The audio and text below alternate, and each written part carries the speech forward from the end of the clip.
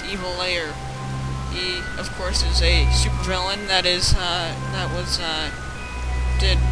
some horrible crimes on Kerbin, and now he has to go, and he basically had to flee Kerbin because his evil lair was destroyed because the CIA came in, and he tried to raise his army of robots, but that just didn't work because the CIA came in and they got their own robots, and then they exploded his robots and his entire base, and then he blew up.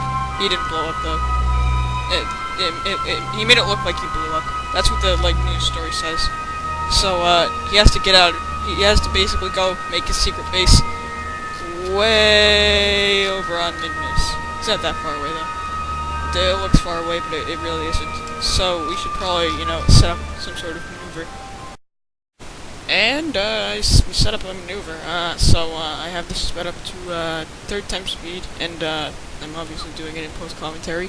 So yeah. So obviously we're gonna be making a base on Minmus, and it's gonna be really cool. There's a couple of reasons why it's on Minmus. One of which I like Minmus. Minmus is fun. It's quite pretty and also really fun. And I've never really attempted something this big, making a big base and stuff. So this might be a bit of a learning experience. Also, I mean, I find it just to be more fun than saying making something on the moon. Plus, making a base on the moon has sort of already been done by HOC Gaming's That's No Moon base. So I figured I didn't really want to copy him that much. Anyway, what are we going to be making on this Minmus base? We are probably going to be making things I know I need to make things like some sort of crew habitation or something. But also ways to defend myself in case something evil happens. Not evil. We are evil. In case say anyone tries to kill us, which would be bad, very bad, indeed. And I can make things satellites detect things and tanks and whatnot, and it'll all be quite fun. So anyway, we've gone into Minmus' sphere of influence. We're trying to put ourselves in the stable orbit, stuff, and we're doing all that, and yeah. So anyway, my brain farted. So, on Minmus, we are basically the whole plan for this episode is that we are going to select our landing zone. Basically, obviously, Erdrin Kerman himself is inside of the lander here, and he is going to just make sure that he finds the place where he finds most suitable for his base. And as we look at that quite pretty picture there, it's very pretty. Very, very, very pretty. Unfortunately, the problems with fraps occurred, and I had to I couldn't really get, footage of, us actually making our orbit around Minmus, but here we are right now. We're about to set our landing zone. Our landing zone is going to be in the big plain, if you can see it, right there.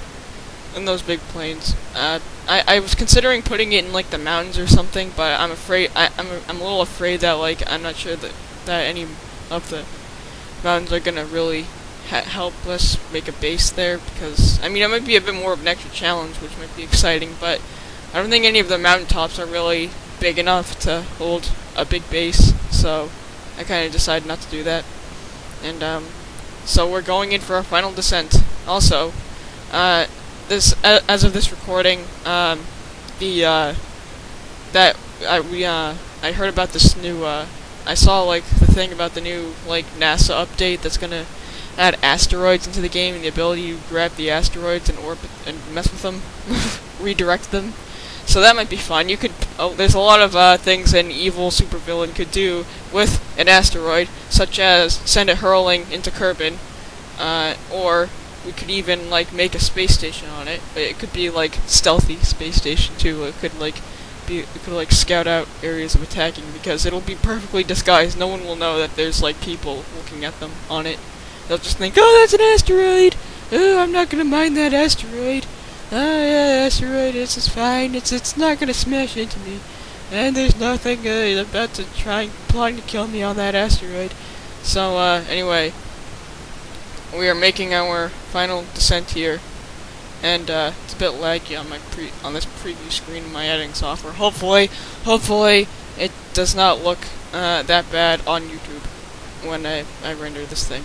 So, anyway, we finally made our landing. We're right smack in the middle of those planes, which is kind of, I'm kind of proud of myself for actually managing to do that. There isn't, a lot of hills as far as the eye can see. We can see some on the horizon over there, though.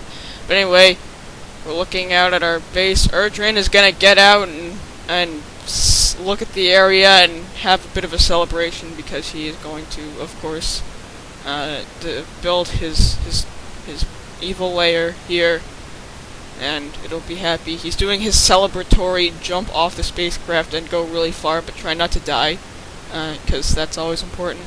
And he gracefully lands without, like, you know, falling down and breakdancing and doing whatnot. And, because, you know, that would hurt. But, he's smarter than that. He's smarter than the average Kerbal. And so, he is going to, try and do some science, but this isn't career mode, this is sandbox mode, so that's not going to do anything. But he's just very happy, he's ecstatic, he doesn't know what else to do other than just jump around.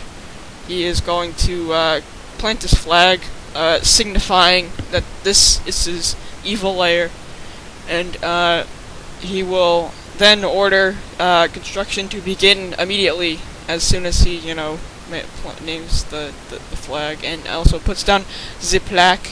So that'll be the marker for where we for our base. And yeah. I'm a very slow typer. I had to put this up at 2 times speed just so that you can see the typing.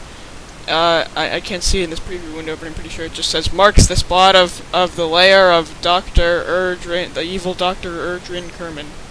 So yeah, that would be nice. And so anyway, I think we're gonna wrap up the video here. This has been the first episode of Erdrin's evil lair. And, I hope to see you all soon. Bye-bye. Look at him run so gracefully. It's so beautiful. Look at it. Look at it. Look at it. Look at it. Look at it. Look at the Kerbal running around. Okay. He's not running anymore. Bye-bye.